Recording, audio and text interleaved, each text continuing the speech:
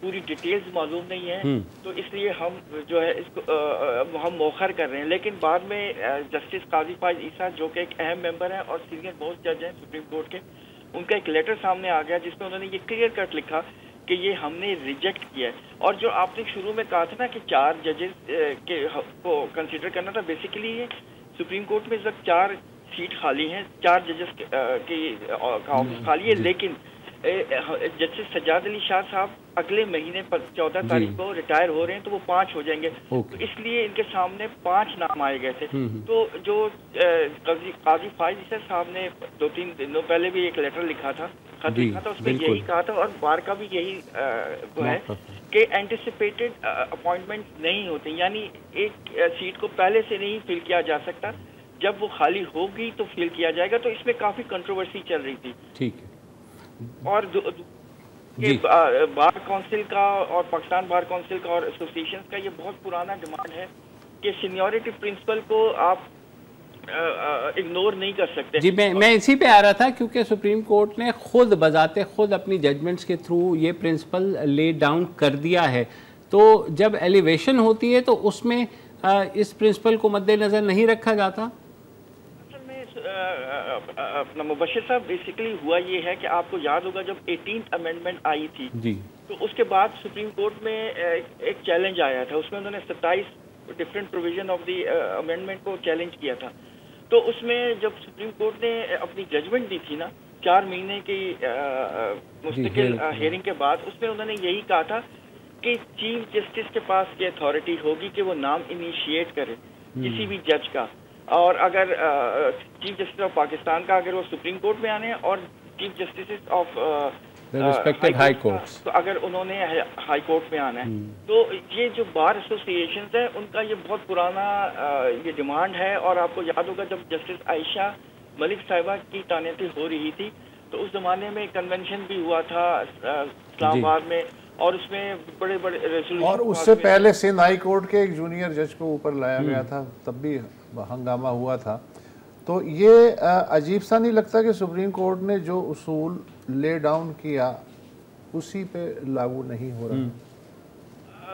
مبشر صاحب اس میں نا ایک تو یہ ہے کہ بار کونسل تو مستقل یہ کہہ رہی ہے کہ ہمیں سینیورٹی پہ اسٹک کرنا چاہیے، کیونکہ جب آپ سینئر ججز کو اگنور کرتے ہیں، بائی پاس کرتے ہیں، تو اس میں ریزنٹمنٹ پیدا ہوتی ہے ان کے، اور ایسا لگتا ہے کہ وہ کمپیٹنٹ نہیں ہے. فیوریٹزم.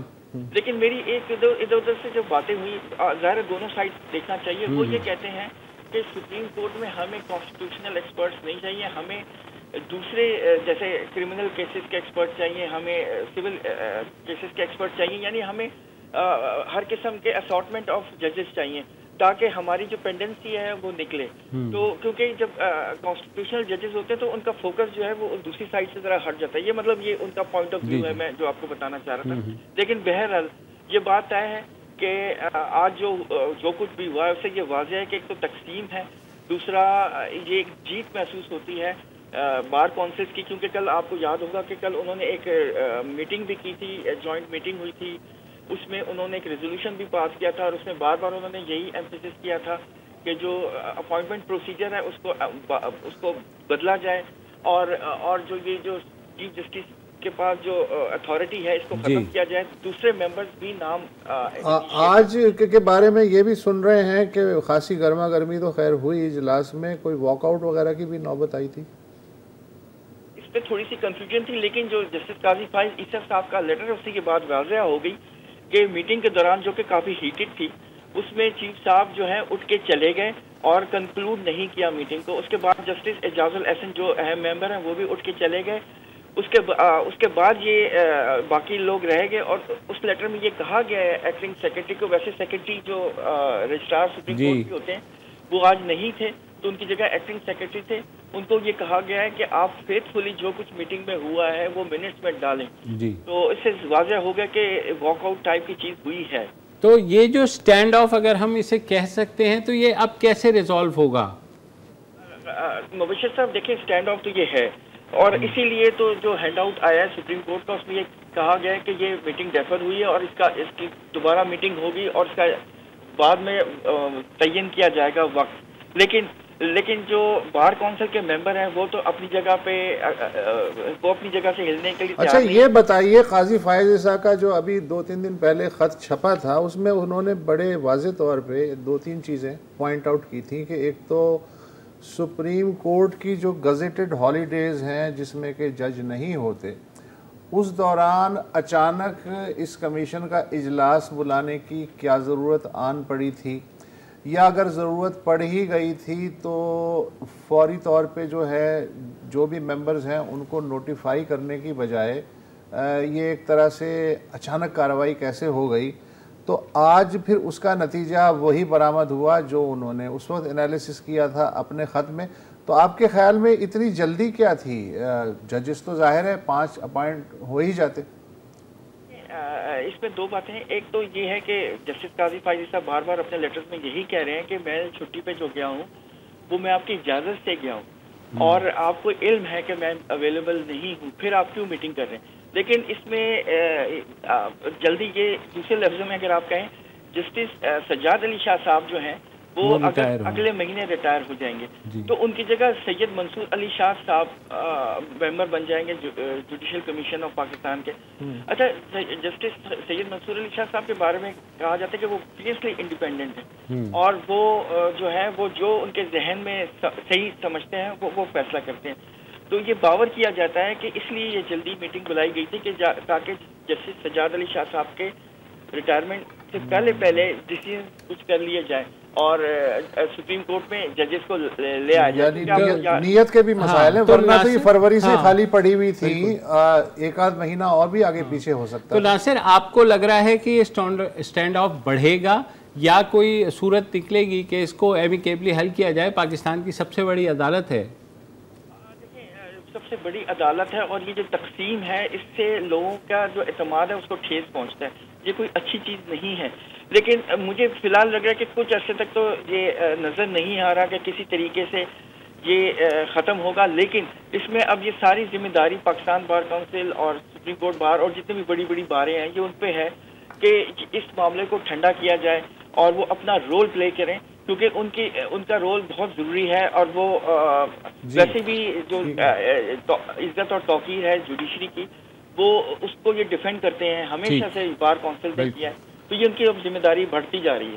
ٹھیک ہے، بہت بہت شکریہ ناصر اقبال۔ اچھا بار ایسوسیشنز کا مسئلہ کہ آلریڈی وہ فل کورٹ کے اوپر جو ہے چیف جسٹس صاحب کو لکھ چکے، مطالبہ کر چکی ہیں، پٹیشن بھی کر دی تھی، تو ابھی یہ جو صورتحال بن رہی ہے میرے خیال میں اگر ہم دیکھیں تو انہوں نے نیا کوئی راستہ نکالنے کی کوشش ضرور کی ہے چیف جسٹس آف پاکستان نے، جب انہوں نے کہا ہے کہ ڈیفر کر کے اور بعد میں جو ہے ایڈیشنل انفارمیشن اور نئے نام جو ہیں ان کے ساتھ یہ دوبارہ ہوگی، تو ایک انڈیا تو انہوں نے دیا ہے کہ ظاہر میجورٹی نے اگر اس کے اگینسٹ فیصلہ کر لیا تو میں بھی نئے ناموں کو کنسیڈر کیا جائے۔ اب مجھ سے یہ سوال نہیں پوچھیے گا کہ پاکستان کی تاریخ میں اس سے پہلے کوئی واقعہ نہیں ہوا کہ چیف جسٹس کی طرف سے 5 نام آئے اور 5 کے 5 جو ہیں وہ مسترد ہو گئے۔ اگر میں چیف جسٹس کی کرسی پہ بیٹھا ہوتا تو میں کیا کرتا؟ یہ سوال مجھ سے نہیں پوچھیے، اس واقعے کے بعد میں کیا کرتا؟ ٹھیک ہے، وقفہ لیں۔ Welcome back. ابھی ہم پچھلے سیگمنٹ میں یہی بات کر رہے تھے کہ جو ادارے ہیں جیسے سپریم جوڈیشل کمیشن کا اجلاس ہوا، اس میں چیف جسٹس نے 5 نام پیش کیے اور 5 کے 5 کمیشن کے ارکان نے مسترد کر دیے۔ اس سے اندازہ ہوتا ہے کہ اداروں کے اندر جو لوگ ہیں خود ان کے درمیان انڈرسٹینڈنگ کی کیا صورتحال ہے، اور وہ بھی بڑے اور حساس ادارے۔ اسی طرح کی ایک اور مثال بھی سامنے آئی ہے کہ وزیر اعظم شہباز شریف کے معاون خصوصی برائے امور خارجہ ہیں طارق فاطمی، وہ پچھلے ہفتے 21 جولائی کو واشنگٹن میں تھے اور انہوں نے deputy secretary of state Wendy Sherman سے ملاقات کی، اور وینڈی نے اس ملاقات میں کیا ڈسکس ہوا اسے ٹویٹ بھی کیا آفیشیل ٹویٹر پہ۔ اس کے بعد امریکی دفتر خارجہ کے ترجمان ہیں نیٹ پرائس، انہوں نے بھی اس میٹنگ کی توثیق کی اور کہا کہ افغانستان علاقائی استحکام اور جو اقتصادی صورتحال اور یوکرین وغیرہ جو ہے اس پہ گفتگو ہوئی وینڈی شرمن کی اور فاطمی صاحب کی۔ پاکستانی سفارت خانہ جو واشنگٹن میں تھا اس نے بھی پریس ریلیز جاری کیا کہ ایسی میٹنگ ہوئی ہے اور یہ اس میں ڈسکس ہوا ہے۔ کچھ لوگ کہتے تھے کہ دراصل یہ فاطمی صاحب کو اس لیے بھیجا گیا ہے کہ ستمبر میں جو اقوام متحدہ کی جنرل اسمبلی کا جو اینول اجلاس ہوتا ہے اس موقع پہ سائیڈ لائن پہ اگر امریکی صدر جو بائیڈن سے وزیر اعظم شہباز شریف کی ملاقات ہو جائے تو کیا کہنے، اس کے لیے راہ ہموار کرنے کے لیے ایک چیز میں صرف کلیریفائی کر دوں، یہ معاون خصوصی برائے امور خارجہ نہیں ہیں، انہیں اپوائنٹ کیا گیا تھا لیکن بعد میں ان کا قلمدان لے لیا گیا تھا۔ Thank you. اس کے بعد یہ ہوا کہ اگلے ہی دن اسلام آباد میں دفتر خارجہ کی جانب سے ایک پریس بریفنگ میں کہا گیا کہ طارق فاطمی واشنگٹن ضرور گئے تھے لیکن اپنی نجی حیثیت میں گئے تھے اور نجی حیثیت میں ہی انہوں نے امریکی حکام سے ملاقاتیں کی ہوں گی۔ یہ بھی اپنی نوعیت کا ایک بڑا اچھوتا اور انہونا واقعہ ہے کہ ادھر یہ کہا جا رہا ہے کہ یہ آفیشیل میٹنگز تھیں اور ادھر اسی ملک کا جو فورن آفس ہے وہ یہ کہہ رہا ہے کہ نہیں صاحب وہ نجی حیثیت میں ملے ہوں گے۔ تو اس سے اندازہ ہوتا ہے کہ گورننس اور فیصلہ سازی اور آپس میں جو کوارڈینیشن ہے اس کی کیا صورتحال ہے۔ یہ سٹوری ہمیں واشنگٹن سے انور اقبال صاحب نے بھیجی تھی جو شائع بھی ہوئی ہے۔ انور صاحب، ایسا ممکن ہے کہ کوئی بھی عہدیدار کسی بھی غیر ملک کے عہدیدار کے دفتر کے اندر اچانک چلے جائے اور پوچھے اور بھائی کیا حال چال ہے، بس یہاں سے گزر رہا تھا سوچا تمہاری خیریت معلوم کر لوں اور کیسا چل رہا ہے میاں، ایسا ہوتا ہے؟ نہیں، 9/11 کے بعد تو نہیں ہوتا۔ 9/11 سے پہلے ایسا ہو سکتا تھا کیونکہ ان کا جو کیفیٹیریا ہے اسٹیٹ ڈپارٹمنٹ کا اس میں آپ پہلے سے انفارم کر کے، یعنی اگر فون کر دیں کہ میں آیا ہوا ہوں اور چلو چائے پیتے ہیں تو آپ پی سکتے تھے، آپ کوئی قریب بھی نہیں جا سکتا پہلے تو ارینج کیے بغیر۔ لیکن مسئلہ یہ نہیں ہے، بعد میں آج انہوں نے وضاحت بھی کی ہے، دفتر خارجہ انہوں نے کہا کہ یہ ان کا نجی دورہ تھا، ابھی انہوں نے یہی کہا کہ نجی دورہ تھا لیکن ہم نے ان کی مدد کی تھی میٹنگ وغیرہ ارینج کرنے، مطلب ہم نے نہیں، ایمبیسی نے مدد کی تھی میٹنگ ارینج کرنے میں۔ اور بات ساری یہ ہے کہ یہ ایک آپ جب ڈپٹی سیکرٹری آف اسٹیٹ سے ملتے ہیں تو آپ کے ذہن میں یہ بات رہنی چاہیے کہ ہمارے یہاں کہ جو ڈپٹی سیکرٹری ہوتا ہے وہ بہت جونیئر آدمی ہوتا ہے، وہ شاید گریڈ 18 کا افسر ہوتا ہے۔ ان کے ہاں جو ڈپٹی سیکرٹری ہوتا ہے وہ ہمارے سیکرٹری کے برابر ہوتا ہے، کیونکہ ان کا جو سیکرٹری ہوتا ہے وہ پولیٹیکل اپوائنٹی ہوتا ہے اور وہ منسٹر تھا جس کو ہمارے یہاں فارن منسٹر کہتے ہیں، وہ سیکرٹری آف اسٹیٹ ہوتا ہے۔ تو ڈپٹی آپ سیکرٹری آف اسٹیٹ سے تو جو کہ وہ سیاسی آدمی ہے اس سے تو اس طرح مل سکتے ہیں، لیکن ڈپٹی سیکرٹری جو ہوتے ہیں وہ آپ کو پتہ ہے کس طرح بیوروکریٹ ہوتے ہیں، ان کی کس طرح کی ٹریننگ ہوتی ہے، وہ تو اس طرح کی ملاقات کرتے ہی نہیں ہے کیونکہ وہ ہمیشہ ہر بیوروکریٹ بائی ٹریننگ کنٹروورسی کو اوائڈ کرتا ہے۔ اچھا، پھر میٹنگ ہوئی اور آفیشیل ہوئی، کیونکہ آپ یہ دیکھیں جنہوں نے تصویر ایشو کی اسٹیٹ ڈپارٹمنٹ نے، ڈان میں چھپی بھی ہے، اس میں انہوں نے، اب ظاہر ہے اسٹیٹ ڈپارٹمنٹ میں ہر وقت پاکستان کا جھنڈا نہیں لگا ہوتا اس جگہ پہ، دفتر میں اس کے ڈپٹی سیکرٹری کے، وہ نیچے ساری دنیا کے جھنڈے لگے، ان میں پاکستان کا بھی لگا ہوتا ہے نیچے ریسیپشن پہ، تو وہ چھوٹا سا جھنڈا ہوتا ہے۔ یہ ایک پورا مکمل جھنڈا لا کے اہتمام کیا گیا اور اس کے دوسری طرف امریکہ کا جھنڈا رکھا اور اس کے بعد دونوں کھڑے ہوئے اور انہوں نے تصویر بنائی، جو اس بات کا بہت واضح ثبوت ہے کہ یہ ایک آفیشیل میٹنگ تھی۔ ایک آفیشیل میٹنگ تھی جس میں میری اطلاعات کے مطابق بڑی مفید گفتگو ہوئی اور دونوں ملکوں نے خاص طور پہ جو ہمارے معاشی مسائل ہیں اس پہ گفتگو کی اور امریکیوں نے مدد کرنے کا وعدہ بھی کیا، اور میری اطلاعات کے مطابق IMF میں انہوں نے ہماری مدد کی بھی ہے اور اب بھی کوشش کر رہے ہیں۔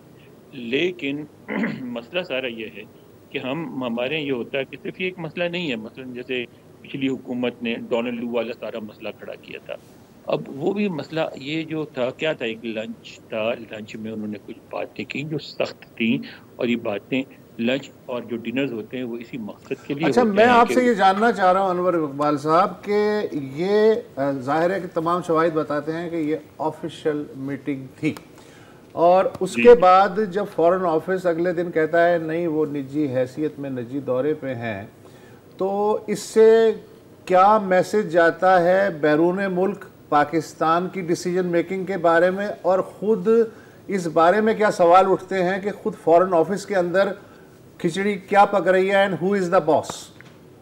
سب سے پہلی بات یہ کہ آپ کو نان سیریس سمجھا جاتا ہے۔ آپ کے بارے میں جیسے میں نے گفتگو کی تھی حسن عباس صاحب سے جو یہاں نیشنل ڈیفینس یونیورسٹی میں ڈسٹنگوش پروفیسر ہیں، یعنی سینئر ایک اسکالر ہیں یہاں کے. انہوں نے 3-4 کتابیں بھی لکھی US پاکستان ریلیشنس پہ. ہارورڈ سے انہوں نے PhD کی ہوئی ہے.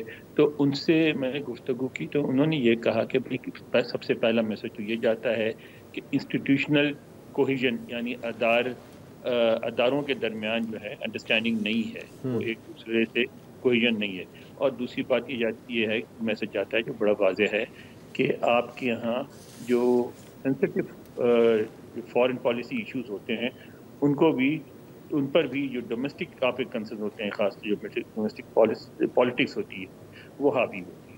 اور یہ امپریشن واشنگٹن میں کافی خیال رہا ہے کہ بھائی آپ ان سے گفتگو کرنا جو ہے نا. میں کسی اور ملک میں متعین ایک پاکستانی سفیر سے گفتگو کر رہا تھا اور انہوں نے بھی یہی بتایا کہ ہمارے یہاں بھی لوگ ہم سے اس طرح گفتگو کرتے ہوئے گھبراتے ہیں کہ یہ آپ ایشو بنا دیتے ہیں. تو میرا خیال ہے ہمیں جو ہے نا ان چیزوں پہ غور کرنا چاہیے.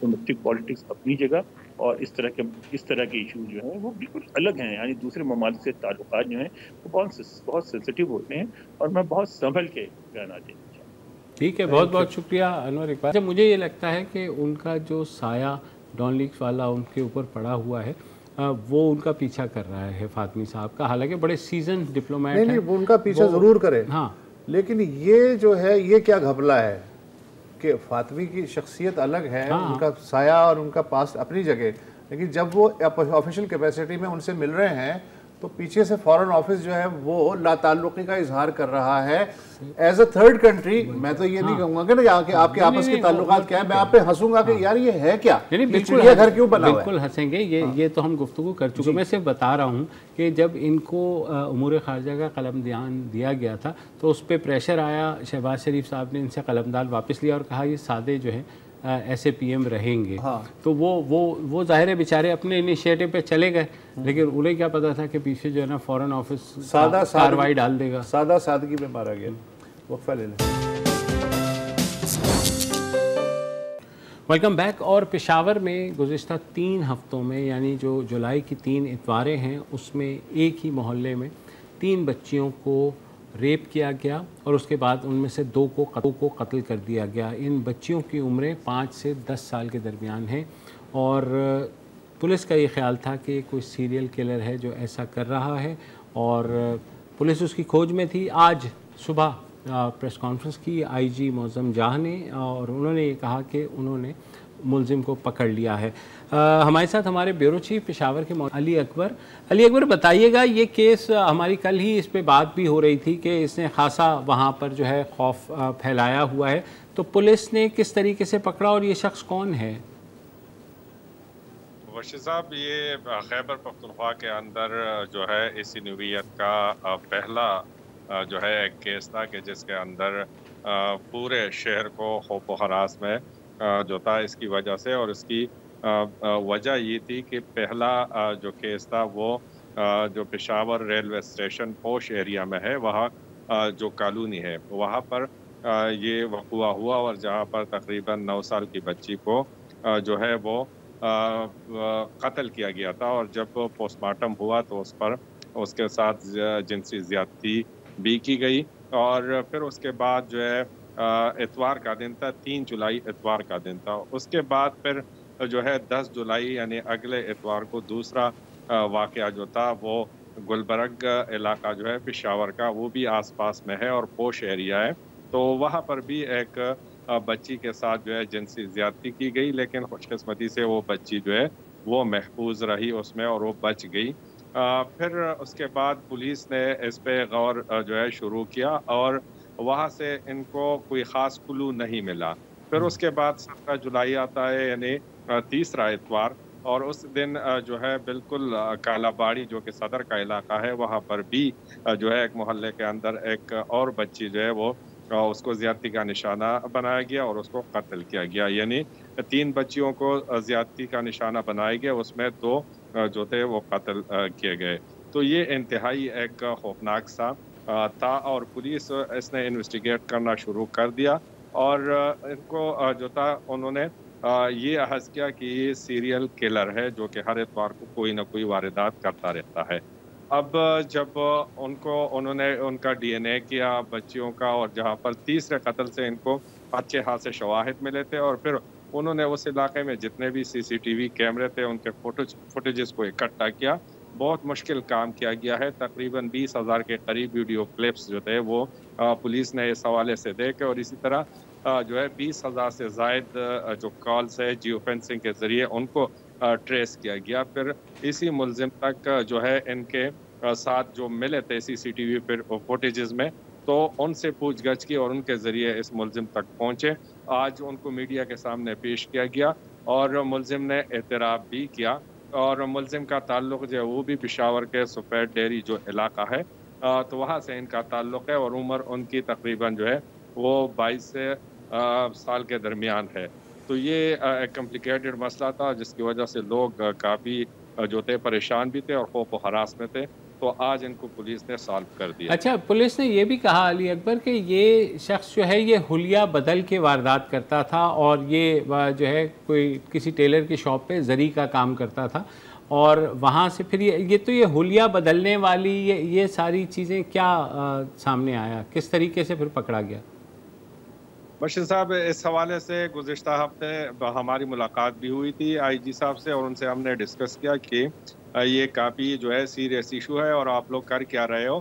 تو اس وقت تک جو ہے پولیس کے اندر یہ سوچتی کہ یہ کوئی ذہنی مریض لگتا ہے، نفسیاتی کیس لگتا ہے، لیکن جب ان کو پکڑا گیا ہے اور جو ہے تفتیش کی گئی ہے تو یہ اچھا خاصا جو ہے جوان ہے، جو کہ مطلب ہنر مند ہے، جو کپڑوں پر زرعی کام کیا جاتا ہے جو کہ کشیدہ کاری ہے. تو اس کا ایک دکان ہے صدر میں، تو اس پہ وہ کام کرتا تھا. اس کے علاوہ وہ کشمیر میں راولپنڈی میں مختلف جگہوں پر جو ہے وہ رہا تھا. تاہم طریقہ واردات اس کی یہ تھی کہ بچیوں کو دیکھ کے تو ان کو کوئی لالچ دے کے یہ لے کے جاتا تھا.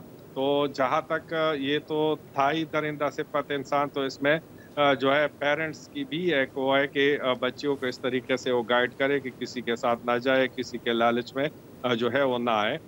تو بادی النظر میں جو آج ہماری ان سے بات ہوئی اور جو تفتیش کی گئی ہے تو اچھا خاصا کوئی ذہنی مریض نہیں ہے، اور بلکہ ان کا طریقہ واردات یہی تھا، وہ یہ کام کرتا تھا. اور جب فیملی بیک گراؤنڈ کے بارے میں ہم نے پتہ کیا تو یہ لڑکا جو ہے اپنی والدہ کے ساتھ بھی لڑ پڑا تھا کوئی پسند کی شادی کے لیے، اس کے بعد اور شادی بھی یہ کرنا چاہتا تھا، تاہم جو ہے یہ غیر شادی شدہ تھا.